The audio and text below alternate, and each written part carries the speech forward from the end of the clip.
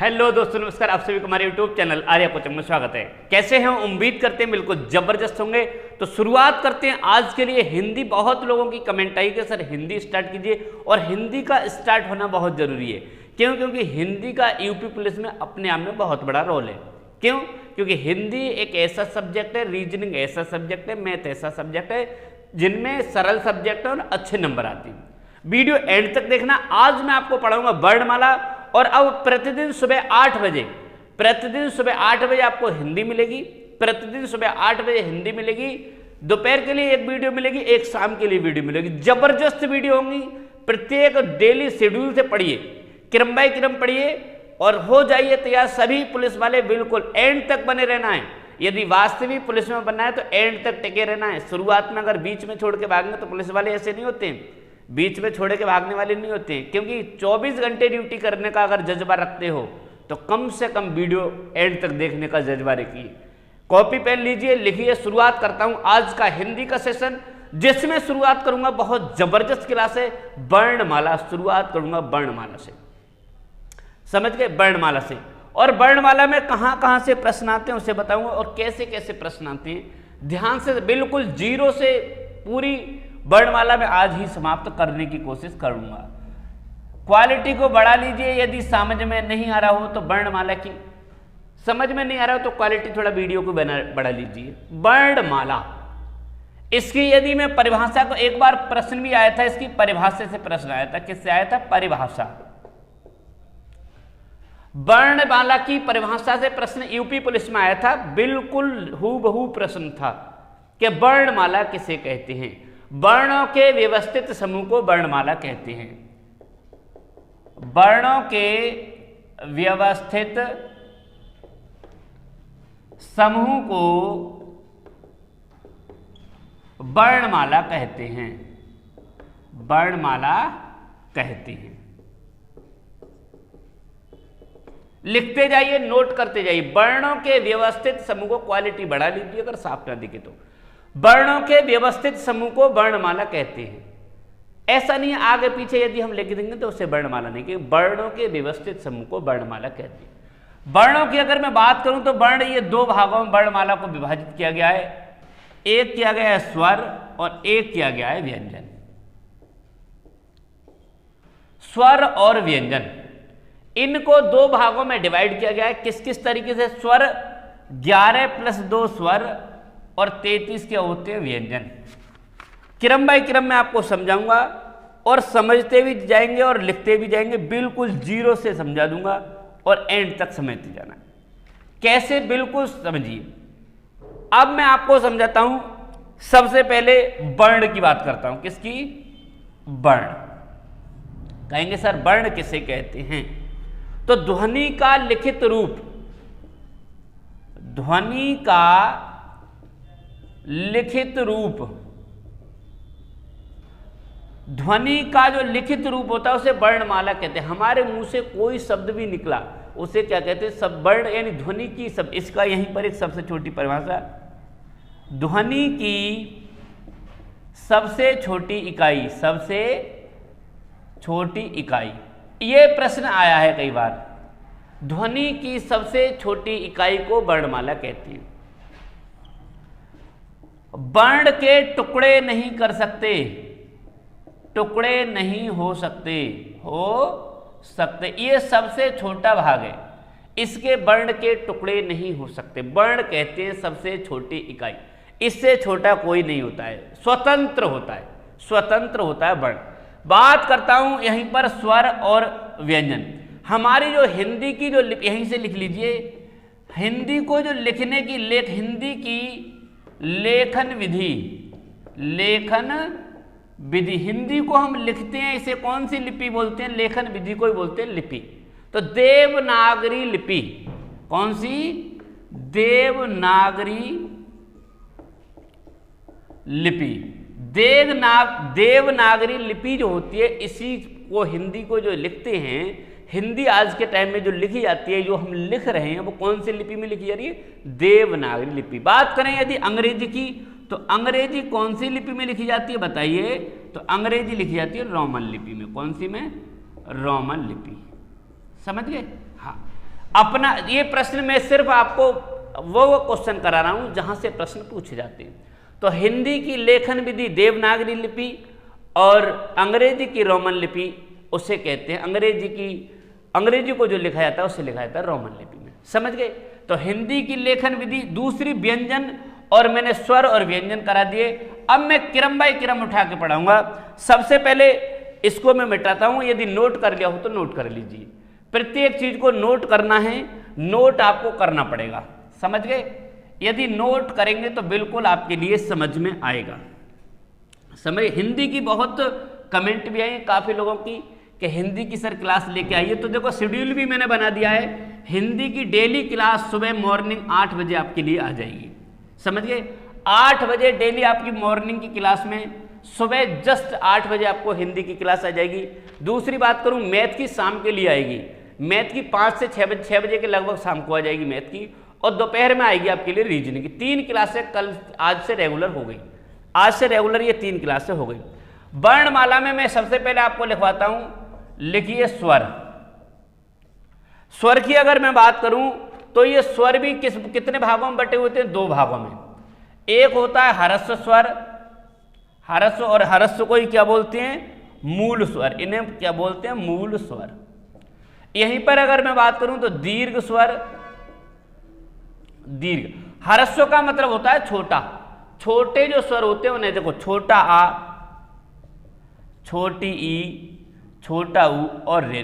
Question ये पूछा है कई बार कि इनमें से कौन सा ह्रस्व स्वर है। तो ह्रस्व स्वर समझिए, छोटा, छोटी, छोटा ऊ, रे। संख्या पूछ जाए तो कितने होते हैं? बताइए, 4। बात करूं दीर्घ स्वर की तो बड़ा आ, बड़ी ई, बड़ा ऊ, ए, ऐ, ओ और आ। बताइए कितने होते हैं? इन्हें भी लिख लीजिए। ये होते हैं दीर्घ स्वर। 1 2 3 4 5 6 7, तो कितने? 7 होते हैं। तो टोटल मिलाकर अगर मैं बात करूं तो कितने स्वर होते हैं? 11 स्वर होते हैं। इनमें आप कहेंगे सर 2 और होते हैं, बिल्कुल होते हैं, अंग और अह। अंग और अह, इसको हम क्या बोलते हैं? इसको बोलते हैं अयोगवाह। क्या बोलते हैं? अयोगवाह। इन्हें लिखते जाइए, अयोगवाह। इसे इन 2 के लिए अयोगवाह। इनमें से प्रश्न आया था कि स्वरों में अयोगवाह कौन से होते हैं, तो इन्हें लिखते जाइए। बात करता हूं यहीं पर स्वर के बारे में। अब बात करता हूं मैं किसके बारे में? व्यंजन के बारे में। व्यंजन कितने भागों में डिवाइड है समझिए। सबसे पहले का वर्ग से कौन से? पा वर्ग तक। पा वर्ग तक, का वर्ग से पा वर्ग तक। का वर्ग का एक प्रत्येक वर्ग में कितने होते हैं? 5। तो का वर्ग से पा वर्ग तक, प्लस इसमें 2 और होते हैं, इनमें द्विगुण डा और यड़ा, 2 द्विगुण, तो 25 और प्लस 2 कितने हो गए? मिलाकर के 27। का वर्ग का मतलब हो गया का, खा, गा, घा, अंगा, चा, छा, जा, जा, यानी एक वर्ग में 5 होते हैं। का वर्ग से लेकर पा वर्ग तक 25 ये हो गए, और 2 मिलाकर 27। इन्हें बोलते हैं हम स्पर्श व्यंजन। क्या बोलते हैं हम? स्पर्श व्यंजन। इन्हें स्पर्श व्यंजन कहा जाता है। समझ गए? इन्हें स्पर्श व्यंजन कहा जाता है। स्पर्श व्यंजन के बाद मैं बात करता हूं कौन से? अब ये जो देखो 2 व्यंजन, इन्हें भी यहां से लिख लीजिए। इन्हें द्विगुण व्यंजन कहते हैं। क्या बोलते हैं? द्विगुण व्यंजन। लिखते जाइए, इन्हें द्विगुण व्यंजन भी कहते हैं। बिंदी अगर नीचे लग गई इनके तो इन्हें बोलते हैं द्विगुण व्यंजन। आगे अगर मैं बात करूं तो इसके बाद इसी में होता है अंतस्थ व्यंजन। अंतस्थ व्यंजन। अंतस्थ व्यंजन कौन कौन से होते हैं? या, रा, ला और वा। ये 4 जो होते हैं वो होते हैं अंतस्थ व्यंजन। इन्हें भी लिख लीजिए। अंतस्थ व्यंजन होते हैं 4, या, रा, ला, वा और या, रा, ला, वा, ये 4 होते हैं। बात करता हूं मैं इसी में, लिखिए ऊष्म व्यंजन। इधर दिख रहा है ऊष्म व्यंजन। ऊष्म व्यंजन की बात करूं तो 3 और सा और हा, इन्हें कहते हैं हम ऊष्म व्यंजन। लिखते जाइए क्रम बाई क्रम। इन्हें कहते हैं हम ऊष्म व्यंजन। बिल्कुल जैसे मैंने आपको बताया वैसे आप छाप लीजिए। इसी में मैं एक नीचे और लिखता हूं उस व्यंजन के बाद। हाँ, लिखिए आगत व्यंजन। आगत, आगत व्यंजन। आगत का मतलब होता है दूसरी जगह से आए हुए व्यंजनों कहते हैं आगत व्यंजन। जैसे हम कभी जा के नीचे यदि नुक्ता लगा देते हैं और फा के नीचे ये नुक्ता लगाते हैं, इन्हें बोलते हैं आगत व्यंजन। प्रश्न में पूछा जाता है, और जब मैं आपके लिए ऑब्जेक्टिव प्रश्न कराऊंगा तब उसमें आएंगे आगत व्यंजन। जा और फा, इन्हें बोलते हैं आगत व्यंजन। उसके बाद और भी बचा है इसमें, लिखिए संयुक्त व्यंजन। यहीं पर मैं व्यंजनों के बारे में बात करता हूं। संयुक्त व्यंजन, संयुक्त व्यंजन। संयुक्त व्यंजन कौन से होते हैं? एक होता है छा, एक होता है त्रा, और एक होता है ज्ञा, और एक होता है स्रा। ये चार जो होते हैं इन्हें बोलते हैं हम संयुक्त व्यंजन। चार को क्या बोलते हैं? संयुक्त व्यंजन।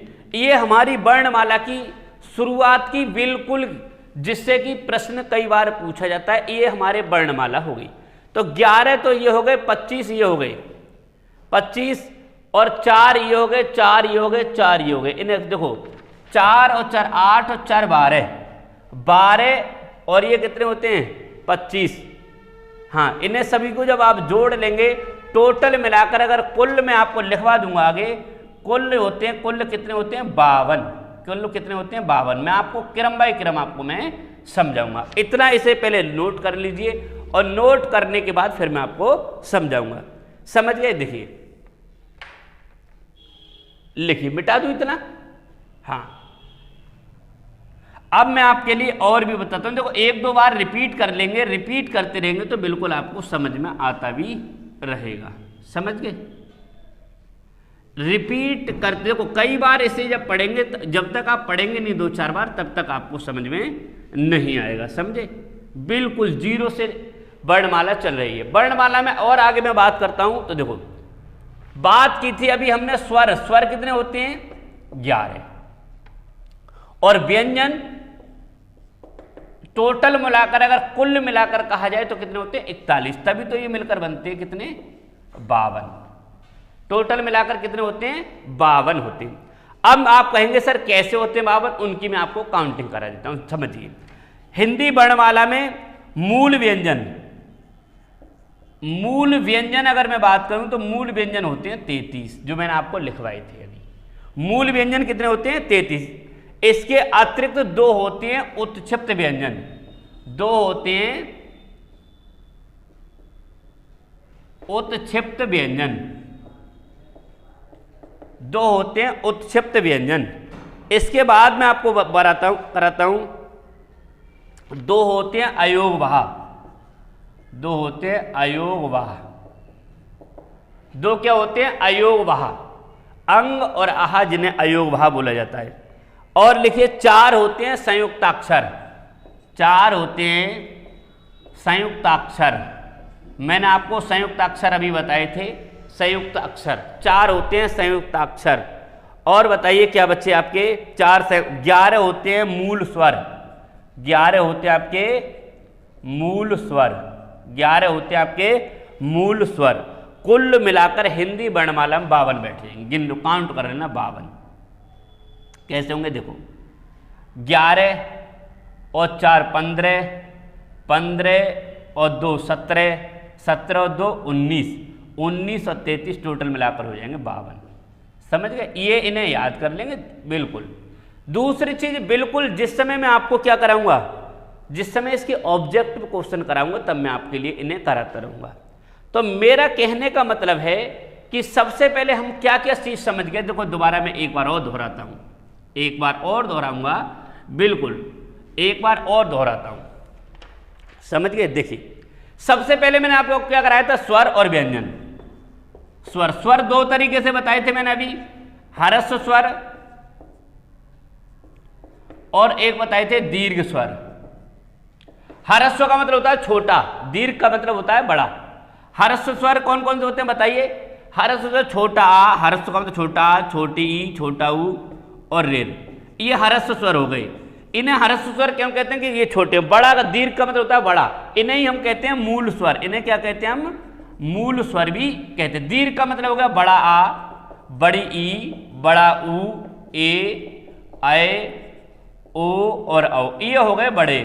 ठीक है, तो इन्हें बोलते हैं हम क्या, हाँ इन्हें क्या बोलते हैं, ये मूल स्वर, इन्हें मूल स्वर भी बोलते हैं, या ह्रस्व स्वर, छोटे स्वर भी बोलते हैं, और ये दीर्घ स्वर यानी बड़े स्वर भी बोले जाते हैं। तो टोटल इन दोनों को मिलाकर काउंट करूं तो कितने हो गए, 11।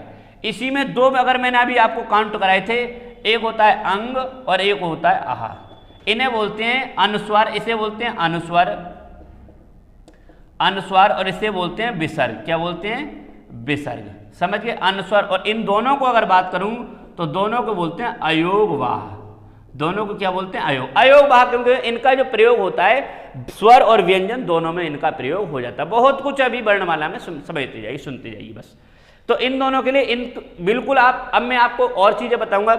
शुरुआत अब आपकी ये स्वर हो गए, स्वर के बाद मैंने अभी आपको क्या कराए थे, व्यंजन। क्या कराए थे, व्यंजन। व्यंजन देखो मैंने कैसे कराए थे, समझते जाइए। मैं एक देखो शुरुआत कीजिए, एक होता है का वर्ग। क्या होता है, का वर्ग। कहेंगे सर का वर्ग का कौन सा, देखो का, खा, गा, घा और अंगा, ये। फिर होता है का वर्ग के बाद चा वर्ग, चा वर्ग। तो देखो चा, छा, जा, झा और या। उसके बाद होता है टा वर्ग, टा वर्ग, टा, ठा,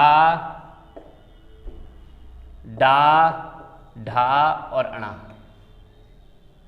ता वर्ग, ता, था, दा, धा और ना। उसके बाद होता है पा वर्ग, पा वर्ग, पा, फा, बा, भा और मा। तो ये 1 2 3 4 5 पूरी वर्णमाला में अगर पूछा जाए तो कितने वर्ग होते हैं, 5 वर्ग। कितने होते हैं, 5 वर्ग। और एक वर्ग में कितने होते हैं, 1 2 3 4 5। तो एक वर्ग में होते हैं 5, तो टोटल हो गए 5 25। और इन 25 को भी क्या बोला जाता है, स्पर्श व्यंजन, स्पर्श व्यंजन। इन 25 को भी बोला जाता है स्पर्श व्यंजन। समझ गए, बिल्कुल समझ में आ जाना चाहिए। यहीं पर मैं इनके लिए बोलूंगा, इन्हें 25, इन्हें द्विगुण व्यंजन, इसमें 2 होते हैं द्विगुण व्यंजन, डा और ए अड़ा। इन 2 की नीचे यदि मात्रा ये क्या लगा दी जाए, बिंदी लगा दी जाए, यहां बिंदी नहीं लगी होती, यदि इन 2 के नीचे बिंदी लगा दी जाए तो इन्हें बोलते हैं द्विगुण व्यंजन। क्या बोलते हैं, द्विगुण व्यंजन। लिख लीजिए, इन्हें द्विगुण व्यंजन भी बोलते हैं। टोटल इन्हें अगर काउंट कर दूं तो टोटल मिलाकर हो जाते हैं 27। समझ गए। अब आपका एक बात और बताओ, इन्हें जो मुख की, अगर मुख की दृष्टि से बोले, यानी मुख की दृष्टि से इन्हें बोले तो किस किस से बोला जाता है, का। इसे देखो, ये जो का वर्ग वाले होते हैं इन्हें बोला जाता है कंठ से। याद रखना, का वर्ग का जितना भी होता है इन्हें कंठ से बोला जाता है। का, खा, गा, घा, गा। इन्हें का वर्ग को किससे बोला जाता है, कंठ से। का, चा, चालू से याद करना, तालु, इसे बोला जाता है तालु से। क्या बोला जाता है, तालु। का वर्ग वाले कंठ से और चा वर्ग वाले तालु से। ये जो टा वर्ग वाले होते हैं इन्हें बोला जाता है मूर्धा से। किससे बोला जाता है, मूर्धा से। बिल्कुल मैं अभी समझाऊंगा। और ता वर्ग वाले इन्हें बोला जाता है दांत से, दंत। और पा वर्ग वाले इन्हें बोला जाता है ओष्ठ से, होठ से। अब मैं समझाऊंगा। देखिए, जिस समय हम इन्हें बोलते हैं, जब इन्हें बोलते हैं तो बोलने में हमें इन्हें समझ में आएगा कि हम इन्हें कैसे कैसे बोलते हैं। देखो, का वर्ग वाले जो होते हैं, का वर्ग, तो देखो कंठ से का, जब हम कंठ ये होता है और कंठ से जब आवाज निकलती है का, खा, गा, घा, अंगा, ना तो हम ओष्ठ का प्रयोग करते हैं, ना हम जीभ का प्रयोग करते हैं, ना हम दांतों का प्रयोग से का, खा, गा, गा, यानी अंदर से आवाज आती है कंठ। तालु की बात करूं तो चा, छा, जब भी हम चा, छा, जा, झा यहां बोलेंगे तो हम जीभ को तालु से लगाते हैं, तब बोलते हैं। बोलने को तो आप कुछ भी बोल सकते हो, बोलने को तो कैसे भी बोल सकते हो, मुंह बंद करके भी बोल लोगे, लेकिन जो बोलने का तरीका है उसे समझिए। चा, छा, जा, झा, यहां जीभ जो है आपकी तालु से लगनी चाहिए, तब है शुद्ध स्वर, शुद्ध व्यंजन आप बोल रहे हैं। दूसरी मूर्धा, टा, ठा, जब जीभ उल्टी हो जाती है इसे बोलते हैं मूर्धा। उल्टी प्रत्येक में टा, ठा, डा, ढा, अड़ा, जीभ उल्टी हो रही है उसे बोलते हैं मूर्धा, यानी मूर्धा से लग रही है। दंत, जीभ दांतों से लगनी चाहिए, यदि जीभ दांतों से लगी ता था, अब आप तो लगा ही ना रहे तो इसका मतलब थोड़ा है कि ये बोलने नहीं आएंगे, लगा मत लगा उसका मतलब हमारा नहीं है। लेकिन आप क्या बोलेंगे, ता था दा धा ना, दांत से आपकी जो जीभ जो है वो दांतों से लगनी चाहिए, ओष्ठ से। पा फा, अब इसे बोल के दिखा दो, कोशिश तो कर रहे होगे लेकिन इसे पा फा, हाँ लेकिन गधे ऐसे भी ऐसे ही बोलने की कोशिश करते हैं, पा फा बा भा मा। इनके लिए जब बच्चे का जन्म होता है तो सबसे पहले बच्चा इन्हीं अक्षरों को बोलता है, पा फा बा भा, क्योंकि इन्हें बहुत आसानी से बोला जा सकता है। इसे ये हो गए आपके 25 को आप इन्हें उतार लिए, नोट कर लिए। यहीं पर अगर आप चाहेंगे तो मैंने अल्प प्राण और महाप्राण और लिखा देता हूं। अल्प प्राण, अल्प प्राण, आप कहेंगे सर ये क्या होता है? अल्प मतलब होता है कम और प्राण मतलब होता है वायु। जिन अक्षरों को या जिन वर्णों को बोलते वक्त, जिन व्यंजनों को बोलते समय कम वायु मुंह से निकलती है उन्हें कहते हैं अल्प प्राण। और महाप्राण की अगर मैं बात करूं, महाप्राण मतलब होता है अधिक वायु मुंह से निकले। क्या निकले? अधिक वायु। जब आपके मुख से देखो बोलने का स्टाइल, बोलने को जब भी आपको कहीं पढ़ाया जाता है, कहीं पढ़ते हैं तो बोलने का स्टाइल भी आना चाहिए। का खा एक बोलते हो, कुछ भी बोलते चलिए तो आपको कोई रोक थोड़े लेगा। का खा गा घा अंगा ऐसे बोलते हैं। स्कूल में जब पहले आपको छोटे या बड़े पढ़ाए होंगे तो देखो चा छा जा झा, या ऐसे कम देर तक बोल रहे हैं उसे अल्प प्राण, जिसे ज्यादा देर तक बोलते हैं उसे महाप्राण। टा ठा डा ढा अड़ा, तो अल्प प्राण कम देर तक, टा ठा डा ढा। अल्प प्राण यानी अल्प प्राण वाला कौन सा है? पहला, तीसरा और पांचवा, इन्हें बोलते हैं अल्प प्राण। देखो ये पहला, दूसरा, तीसरा, चौथा, पांचवा, ये 5 वर्ण। इसमें पहला, तीसरा, पांचवा ये होते हैं अल्प प्राण। कैसे होते हैं? देखो का कम देर तक, खा गा घा ज्यादा देर तक बोले अणा या यहाँ, ठीक है समझ गए? अंगा। चा छा जिसमें कम देर तक बोलते हैं उसे अल्प प्राण बोलते हैं, जिससे ज्यादा देर तक बोलने की विधि यही है। चा छा जा झा, यहां ज्यादा देर तक अगर आपके मुंह से आवाज निकल रही तो उसे बोलते हैं क्या? कौन सा? महाप्राण। और कम देर तक निकलती है तो उसे बोलते हैं अल्प प्राण। तो देखो महाप्राण दूसरा और चौथा, यानी कि यहां से मेरे लिए एक बात समझ में आई, वर्ग का प्रत्येक वर्ग का पहला, तीसरा, पांचवा, प्रत्येक वर्ग का पहला, तीसरा, पांचवा होता है अल्प प्राण और दूसरा और चौथा होता है महाप्राण। लिख लीजिए, समझ लीजिए। पहला यानी प्रत्येक वर्ग का पहला, तीसरा, पांचवा कौन सा होता है? अल्प प्राण, और दूसरा और चौथा होता है महाप्राण। समझ गए? अब आप कहेंगे सर यहां पर एक चीज और खत्म कर दी, जब लिखवाई दिया है तो सघोष और अघोष। यहां दिख रहा है सघोष, सघोष, और बात करता हूं अघोष। इसे घोष भी बोलते हैं, सघोष को घोष भी बोलते हैं। सघोष किसे? से मतलब होता है सह, तो घोष मतलब होता है घर्षण, और ए मतलब होता है नहीं, कमी, और घोष मतलब जिसमें कमी घर्षण हो ही नहीं। अब देखो जब का, यहां देखो बोलने का 2-4 बार रिवीजन, का खा गा। अब देखो इसे जब बोले तो आपके क्या बेस आ रहा है मुंह में, बोलते पर झंझनाहट जब मच रही है। इसमें का बिल्कुल सपा जा रहा है, खा बिल्कुल, लेकिन गा घा अंगा, यहां क्या हो रहा है आपके, यानी कि आपके अंदर से पूरा शरीर हिल जाता है इससे बोले। चा कोई दिक्कत नहीं, सिर्फ ऊपर। छा जा झंझनाहट आ गई, नहीं आ गई? झा आ गई। यहां तो पहला और प्रत्येक वर्ग का पहला, दूसरा, पहला और दूसरा होता है सघोष। इन्हें क्या बोलते हैं? पहले दूसरे को सघोष नहीं नहीं नहीं नहीं, पहला और दूसरा होता है अघोष, और लास्ट का क्या होता है? तीसरा, चौथा, पांचवा होता है सघोष। तीसरा, चौथा, पांचवा, जिसमें घर्षण होता है उसे बोलते हैं सघोष या घोष, जिसमें घर्षण नहीं होता उसे बोलते हैं अघोष। समझे? 1-2 बार रिपीट और कर लीजिए। ता था, कोई देखो ता था बोले आपको बिल्कुल नहीं, लेकिन जिस समय ता था दा धा। जब आप डीजे पर बेस देखते हैं, डीजे बजता है तो डीजे में प्रत्येक अक्षर से बेस नहीं बनता है। कुछ शब्द ऐसे हैं, यही तो लास्ट वाले ही तो हैं, यही तो बेस बनाते हैं। यदि गाने में ये है नहीं तब भी बेस बन जाएगा क्या? नहीं, इन्हें होना जरूरी है तभी बेस बनता है।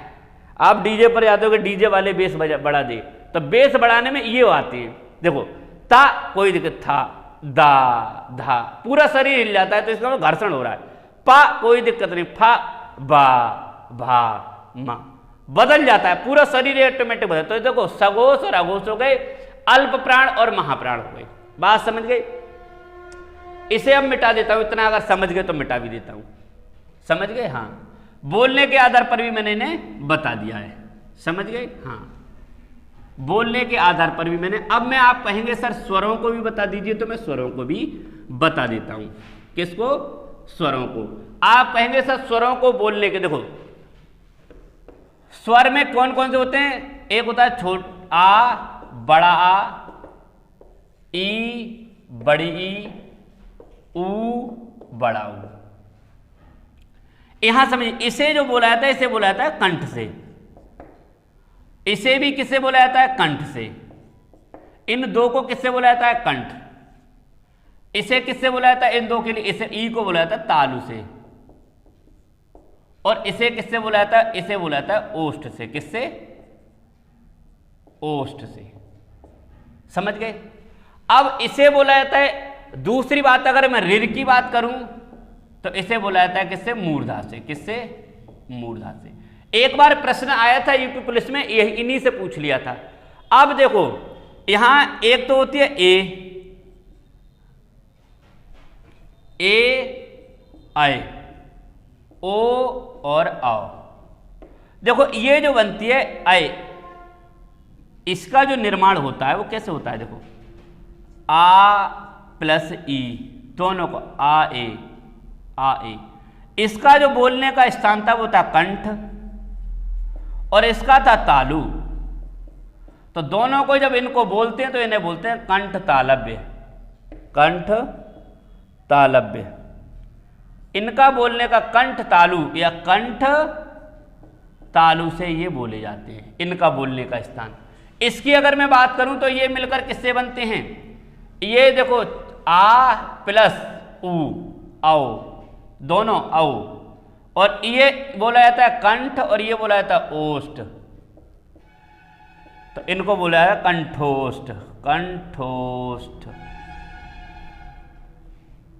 समझिए? कंठोष्ठ से इन्हें कंठ कैसे बोला? कंठ प्लस ओष्ठ। कंठ प्लस ओष्ठ से इन्हें बोला जाता है, इन्हें ऐसे बोला जाता है। तो हमारा स्वर में क्या समाप्त हुआ? इन्हें बोलने के तरीके से भी आपका इसमें समाप्त हुआ, कौन सा कैसे बोला जाता है। समझ गए? और मैं देखता हूं क्या क्या बचा है, क्या क्या रह गया है, और मैं देखता हूं। कंठ तालव्य, कंठोष्ठ, हाँ ओष्ठ बिल्कुल हो चुका आपका। हाँ, आप अब सुनिए, इसे मिटा देता हूं। मैं ये कोशिश कर रहा हूं कि आपके जो यूपी पुलिस का लेवल का है उससे ज़्यादा अपर नहीं पढ़ाना है, क्योंकि उससे ज़्यादा तो आपको कोई पीएचडी थोड़ा ही करनी है कि आपको प्रोफेसर बनना है। आपको निकालना क्या है? पुलिस का पेपर, और पुलिस का लेवल का ही पढ़ाया जाएगा। उससे अगर आप कोई बच्चा इसमें आके कहेगा सर छोटा लेवल पढ़ा रहे हैं, बड़ा लेवल पढ़ा रहे हैं, हाई लेवल, तो उसका दिक्कत मत लीजिए, मैं सिर्फ उसके लेवल का ही पढ़ाऊंगा। ठीक है? हाँ, तो देखो एक बात और सुन लीजिए, इसे जो बोला जाता है सिर्फ ऊपर रेफ लगा, इसे बोलते हैं आगत स्वर। कभी कभी पूछ लेता है कि इसमें आगत स्वर किसे बोलते हैं? इसे बोलते हैं आगत स्वर। अब बात सुन लीजिए, छोटा ई और बड़ा ई, छोटा ऊ, सॉरी ए और आए, इन्हें बोला जाता है अग्र स्वर। क्या बोला जाता है इन्हें? अग्र स्वर। दूसरी बात करूं मैं, इस आ को बोला जाता है मध्य स्वर। मध्य स्वर। दूसरी अगर मैं बात करूं, बड़ा आ, ऊ, बड़ा ऊ, ओ और बड़ा ओ, इसे बोला जाता है पश्च स्वर। क्या? पश्च स्वर। बोलेंगे सर कैसे? देखो आगत स्वर, ये आगत का मतलब है इसका आगत, जैसे मैंने अभी बताए थे रेफ वाले और ये नुक्ता वाले, उन्हें भी आगत व्यंजन बोला जाता था दूसरी तरफ से। इसे का भी प्रयोग कर लिया जाता है, इंग्लिश में इसका ज्यादा प्रयोग होता है। छोटी बड़ी ए, इन्हें अग्र स्वर। अग्र स्वर का मतलब है ये आगे बोले जाते हैं। आ जो है ये मध्य स्वर है, बीच में बोला जाता है। बड़ा ऊ, बड़ऊ, ओ, औ। देखो इसमें दो मात्रा लगेंगी। ठीक है? हाँ, इन्हें बोलता है पश्च स्वर, यानी पीछे से, पीछे वाले स्वर, इन्हें बोला था पश्च स्वर। और इसमें ज़्यादातर कुछ नहीं बताया। हाँ, और मैं बताता हूँ, मिटा दूँ ये, हाँ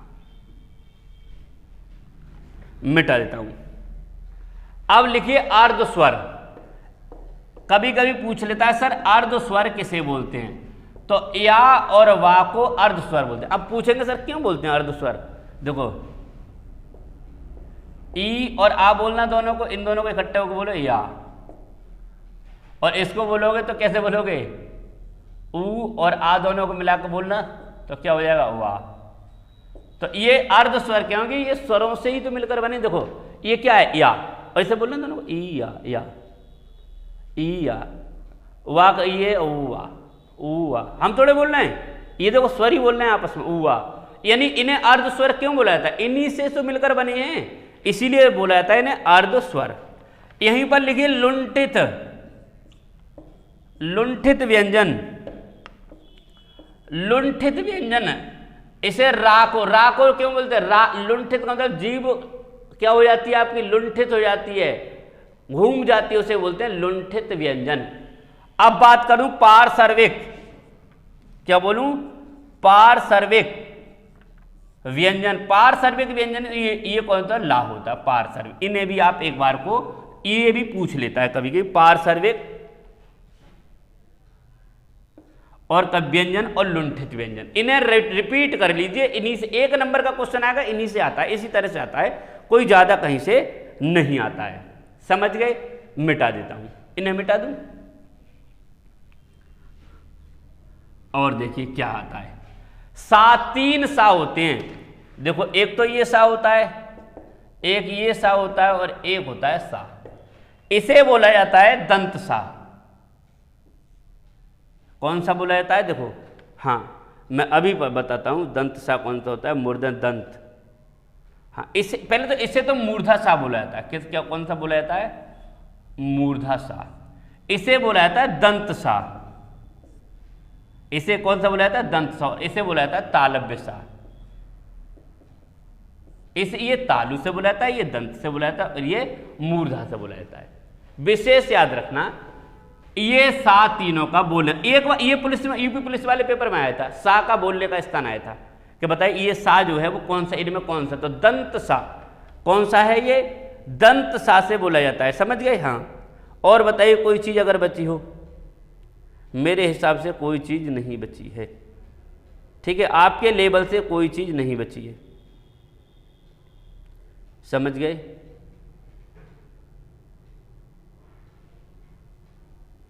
और बताइए क्या। अब बचा आपका, एक होता है छा, एक होता है त्रा, और एक होता है ज्ञा, और एक होता है स्रा। इन्हें क्या बोलते हैं, इन्हें बोलते हैं संयुक्त अक्षर या संयुक्त व्यंजन, संयुक्त व्यंजन। क्या बोलते हैं, संयुक्त व्यंजन।